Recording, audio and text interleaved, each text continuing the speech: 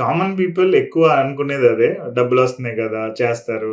Even I have seen comments like Chiranjeevi garu ఎందుకు చేస్తున్నారు, బాలకృష్ణ గారు ఎందుకు చేస్తున్నారు అంటే they are working for money అనేదే ఉంటది తప్ప ప్యాషన్ అనే యాంగిల్ చాలా మంది టచ్ చేయరు. మీరు అబ్జర్వ్ చేశారో లేదు, ఈవెన్ కామెంట్ సెక్షన్ లో యూట్యూబ్ వీడియోస్ కానీ ఫేస్బుక్ వీడియోస్ కానీ వీళ్ళు ఇంకా డబ్బులు సంపాదించడానికి అన్నట్టు ఉంటది. But actually the main core ఏంటంటే ప్యాషన్ మూలంగా వాళ్ళు చేస్తున్నారు. అది సమ్ కైండ్ ఆఫ్ బయట ప్రపంచాన్ని చూపించాలి అనేది దాంతో వర్క్ చేస్తున్నారు అనేది చాలా మంది కన్సిడర్ చేయరు. ఉంటదండి, అది తప్పు. అంటే వాళ్ళకి కామెంట్లు అనేది అసలు మనం పట్టించుకోకూడదు. డిఫరెంట్ రాలేసేవాడు ఎప్పుడు ఉంటాడు. బికాస్ ఆఫ్ ఇది ఒక మంచి అద్దాలు madam, free. It's very beautiful mirror.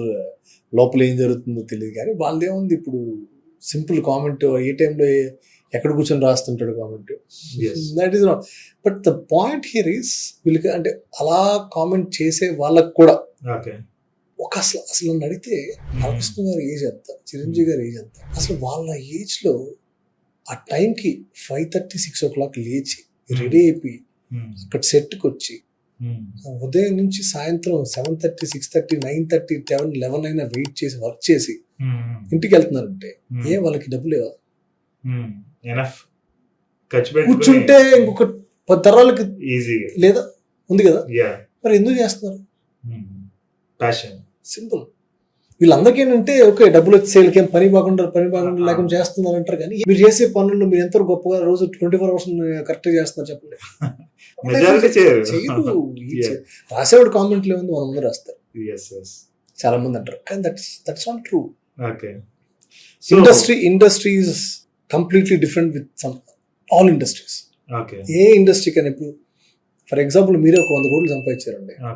Okay, రేపు మీరు లేకపోతే మీ అబ్బాయినో లేకపోతే హీరో చేయాలంటే అవుతారా? డిఫికల్ట్. అయినా చాలా మంది ట్రై చేసినట్టు ఉన్నారు కదా. ఏం లేదండి, మనం అనుకుంటాం కానీ ఇక్కడ కష్టమే. ఈ ఇండస్ట్రీలో ప్యాషనెట్ గా ఉండాలి. ఎంత కష్టమైనా ఆ రోజు కోసం వెయిట్ చెయ్యాలి. ఎవరు వెయిట్ చేస్తారు? ఒక రోజు వెయిట్ చేసి మనం ఫుడ్ పెట్టకపోతే ఇంట్లో వైఫ్ తిరగేస్తున్నాం. That's why our Telugu industry in top. South ఇండియాలోని కాదు, ప్రపంచంలో one of the top industries now Telugu industry. మన సినిమాలు కానీ మన ప్యాషన్ కానీ ఇవన్నీ మిగతా లాంగ్వేజ్ తో కంపేర్ చేసుకుంటే ఈ రోజు were in the top position. మీరు చెప్పేది నాకు కూడా కనెక్ట్ అవుతుంది ఇప్పుడు. ఎందుకంటే చాలా మంది మనీ ఉండి ఈవెన్ వాళ్ళ ఫాదర్ సినిమా యాక్టర్ కింద 10 years, 20 years, 30 years నుంచి ఉండి కూడా సక్సెస్ రాని వాళ్ళు, ఇండస్ట్రీలో ఫెయిల్ అయిన వాళ్ళు ఉన్నారు. బట్ దట్ పేషెన్స్ అనేది until we get the success, ఆ గోల్ పెట్టుకుని దాని మీద ఉండే వాళ్ళే ఐ థింక్ సెల్ఫ్ సస్టైన్ అవుతూ ఉండరు. ఈవెన్ మనం చూసుకుంటే కొన్ని నితిన్ కానీ లేదంటే వీళ్ళ సినిమాలు చూసుకుంటే flops over the period of 5 years, 10 years కూడా కంటిన్యూ అవుతూ they got success at some point and they keep doing it. So అది చాలా important. So not giving up అనేది ఈవెన్ ఈ మూవీ ఇండస్ట్రీలోనూ కాదు, any industry or whatever work you are doing, not giving up అనేది చాలా చాలా important point. Okay, మనం ఏదైనా స్టార్ట్ చేసి కొన్ని రోజులు చేసి వదిలేసి మళ్ళీ వెళ్ళి ఇంకొక వర్క్ చేసి దాన్ని కొన్ని రోజులు చేసి వదిలేసి నాకు సక్సెస్ రావట్లేదు, ఐఎమ్ అన్లక్కీ అని అనుకుంటే కనుక it is very bad thing. So you should work until it works out. అంటే అది వచ్చేదాకా కూడా you should not give up. Good thing అండి. And when it comes to actors, మామూలుగా పెద్ద హీరోలు, మీడియం రేంజ్ హీరోలు, లో రేంజ్ హీరోస్ అని ఒక కేటగిరీస్ ఉంటాయి కదా. సో ఇప్పుడు వాళ్ళకి వీళ్ళకి డిఫరెన్స్ ఎలా ఉంటుంది, అప్రోచింగ్ ఎలా డిఫరెన్స్ ఉంటుంది, అండ్ మనం ఏమన్నా ఒక కథ చెప్పాలి అంటే దానికి రిసీవబిలిటీ ఎలా ఉంటుంది? బిగ్ హీరోస్ అంటే ఇట్స్ కంప్లీట్లీ డిఫరెంట్ అండి. చాలా రేర్. అంటే నాట్ ఈవెన్ 1% ఒక కొత్త కథ, కొత్త డైరెక్టర్ వెళ్ళి వాళ్ళకి చెప్పడం అనేది రీచ్ అవ్వడం చాలా తక్కువ. ఓకే, బికాస్ ఆఫ్ ఇక్కడ ప్రాబ్లమ్ ఏంటంటే mainly handling people. Direction is not writing the story. Okay, not only writing story, he has to manage the people. ఒక సెట్ లో మీరు ఒక యాక్షన్ కట్ అనే ఈ 2 పదాల మీద 250 మంది పనిచేస్తుంటారు. ఓకే, ఒక రోజు మార్నింగ్ 7 o'clock స్టార్ట్ చేసి 6:30కో 9:30కో ఎండ్ అయ్యేంత వరకు ఈ 2 వర్డ్సే. ఓకే, మార్నింగ్ నుంచి ఈవినింగ్ వరకు డైరెక్టర్ చెప్పే వాటి మీద వెళ్తుంటారు. అలాంటి ఒక పవర్ఫుల్ జాబ్ అది. Okay, that is called director vision. అలాంటప్పుడు ఇతని కమాండ్ ఎంత ఉండాలి? కరెక్ట్. సెట్ ని హ్యాండిల్ చేసే కమాండ్ ఉండాలి కాబట్టి పెద్ద హీరోలు ఏంటంటే వాళ్ళని హ్యాండిల్ చేయడం అనేది it is not easy. Okay. వాళ్ళ టైమింగ్స్ తెలుసుకోవాలి, వాళ్ళ మూమెంట్స్ తెలుసుకోవాలి, వాళ్ళు ఎంత టైంలో ఎలా చేసుకుంటే బెటర్, ఇవన్నీ ఓకే. వెరీ షార్ప్ గా పనిచేయాలి. So okay. ఈ పని చేసినప్పుడే మనకి విల్ థింక్ ఆ టైంకి ఫినిష్ అవుద్ది. ఓకే. అది కొత్త డైరెక్టర్ల వల్ల అవ్వదు చాలా వరకు. Lack of experience. I won't say complete, some 1%, 2%. Okay. అదే ఎక్స్పీరియన్స్ ఉందనుకోండి, so Okay. They will understand so how to handle this. కొంత ఎక్స్పీరియన్స్ 1-2 ఫిల్మ్స్ ఓల్డ్ అయినా పర్లేదు కానీ, ఓకే. సో దెన్ వాళ్ళు కూడా బిలీవ్ చేసి వాళ్ళకి ఇస్తారు ఓకే. పెద్ద హీరోలు అనేవాళ్ళు.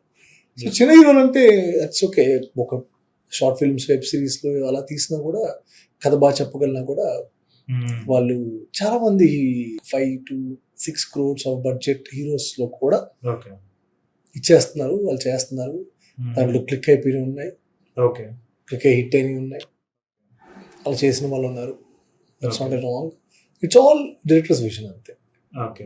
అప్రోచింగ్ వల్ల పెద్ద హీరోకి చిన్న హీరో అని కదా, కానీ చిన్న హీరోలు అప్రోచింగ్ అనేది ఈజీగా అవుతుంది. పెద్ద హీరోలు కొంచెం రెస్ట్రిక్షన్స్ తక్కువ ఉంటాయి, కొంచెం ఫ్లెక్సిబిలిటీ బాగుంటుంది, ఫ్లెక్సిబిలిటీ బాగుంటుంది, చేయించుకోవచ్చు. చేయించుకోవచ్చు. ఇవన్నీ ఓ మీడియం రేంజ్ హీరోస్ ఉంటుంది. ఓకే. పెద్ద హీరోలు అనేటప్పటికి డైరెక్టర్ షుడ్ బి ఫ్లెక్సిబుల్ అయినా అంతే. I think. అంటే end of the day he has to manage. అంతే కదా, ఇప్పుడు మనం ఇంట్లో హస్బెండ్ పొజిషన్ లో ఎలా మేనేజ్ చేస్తాం, ఓకే, ఇది కూడా అంతే. మనం సెట్ లో అందరినీ మేనేజ్ చేసుకుంటూ మన వర్క్ ని ఫినిష్ చేసుకుని, ఓకే. అంటే ఒక డేకి మినిమం బిగ్ సినిమా అయితే ఒక మినిమం 25 lakhs నుంచి 50 lakhs ఖర్చు అవుతాయి ఓకే. ఒక రోజుకి. Hmm. అంటే 50 lakhs అనేది ఎవరి మీద బేస్ అయింది? డైరెక్టర్. Completely simple. సో అక్కడ మనీ మేనేజ్మెంట్ చాలా ఇంపార్టెంట్ కాబట్టి, right. So that is one big reason. Okay. So అలా డైరెక్టర్స్ కి చాలా బిగ్ టాస్క్. ఇప్పుడు యాక్చువల్గా ఈ మూవీస్ తీసేటప్పుడు కొంతమంది ఈవెన్ స్క్రిప్ట్ కూడా ప్రాపర్ గా ప్రిపేర్ చేసుకోకుండా వెళ్ళి డైరెక్షన్ స్టార్ట్ చేసేస్తారు. అండ్ స్టార్ట్ చేసిన తర్వాత ఆన్ ద వే మళ్ళీ స్క్రిప్ట్ చేంజెస్ కానీ ఇవన్నీ చేస్తూ ఉంటుంటారు అంటారు. అది కరెక్టేనా? ఎందుకంటే నేను సమ్ టైమ్ బ్యాక్ ఒక ప్రొడక్షన్ రిలేటెడ్ ఇన్వెస్ట్మెంట్ కి ఒక 5 crore కావాలని అడిగితే we went to one production placement. వాళ్ళు చెప్పింది ఏంటంటే majority movies are happening like this, but మేమేంటంటే దానికి ఒక స్క్రిప్ట్ కి యానిమేటెడ్ వర్షన్ ఒకటి క్రియేట్ చేసి యాంగిల్స్ ఎవ్రీథింగ్ ఇంక్లూడింగ్ ఎవ్రీథింగ్ మేము యానిమేషన్ క్రియేట్ చేసి దాని తర్వాత we are approaching and showing that movie to the hero. And so if hero accepted and same మనం చేస్తాం కాబట్టి అన్నెసరీ కట్స్ కానీ అన్నెసరీ ఎడిటింగ్ కానీ ఇవన్నీ అవాయిడ్ చేస్తున్నాము. So it's one of the best way of doing the things అన్నట్టు ఆయన చెప్పారన్నమాట, ఆయన ఎక్స్ప్లెయిన్ చేయడం. But majority movies even script proper గా లేకుండా వెళ్ళిపోతాయి సెట్స్ కి అన్నట్టు విన్నాను. Is that right? అంటే తక్కువ, చాలా తక్కువ. మాక్సిమం ఒక 80% స్క్రిప్ట్, 85 to 90% స్క్రిప్ట్ వెళ్తారు. ఓకే. 10% మేబీ ఆ డిస్కషన్స్ లో ఉన్నప్పుడు ఇంకా స్క్రిప్ట్ ఇంకా రెడీ కాకపోయేసరికి సరే షూట్ స్టార్ట్ చేద్దాం అని హీరో డేట్లను బట్టి ఇవన్నీ ఉంటాయి తప్పించి, బట్ 80% స్క్రిప్ట్ లేకుండా వెళ్ళరు. అది కూడా ఏంటంటే మీకు స్క్రిప్ట్ లేకుండా వెళ్తే బడ్జెట్ పెరిగిపోద్ది. మీకు పేపర్ మీద ఉండేదానికి సెట్ మీద రియాలిటీ చాలా మారుతుంది. కానీ ఒక ఐడియా ఉండాలి. మనకు ఒక మనం పేపర్ మీద రాసుకున్నది స్క్రీన్ మీద వచ్చే ఒక విజన్ కి డైరెక్టర్ ఆ విజన్ ఉండాలి. ఎప్పుడైతే డైరెక్టర్ ఆ విజన్ ఉంటుందో, if is confident enough to go there and shoot, నేను చేసేస్తాను, నాకు ఇబ్బంది లేదని తన కాన్ఫిడెంట్ ఉంటే, సో ఇవన్నీ ఇబ్బంది ఉండదు. ఒకవేళ అలా ఉన్నా కూడా ఇవన్నీ హాలీవుడ్ లో జరుగుతాయి. వాళ్ళు మొత్తం కంప్లీట్ స్టోరీ బోర్డ్ లేకుండా వెళ్ళరు. స్టోరీ బోర్డ్ తో పాటు అన్ని స్క్రిప్ట్ చేసుకొని ఈ షార్ట్ ఇంత, ఈ షార్ట్ లెంత్ ఇది అని మొత్తం స్టోరీ బోర్డ్ వెళ్తారు.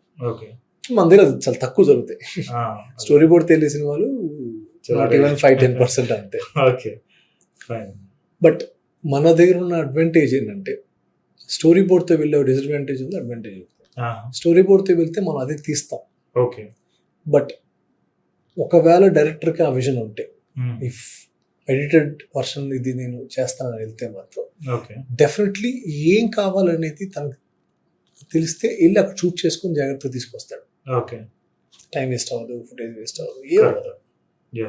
సో ఆ టాస్క్లు అయితే ఎప్పుడు ఉంటాయి. బట్ యాజ్ యూ టోల్డ్, మీరు అడిగిన క్వశ్చన్కి రైట్ అనిపించింది ఏంటంటే వెరీ ఫ్యూ కేసెస్ అవి. అసలు కథ లేకుండా వెళ్ళడం అనేది ఉండదండి. అలా ఏం జరగదు. ఎక్కడో ఒక 5 to 10% ఏదో జరగచ్చేమో, ఓకే, దాన్ని మనం కన్సిడర్ చేయకూడదు cinema industry, because it's creative job. Correct.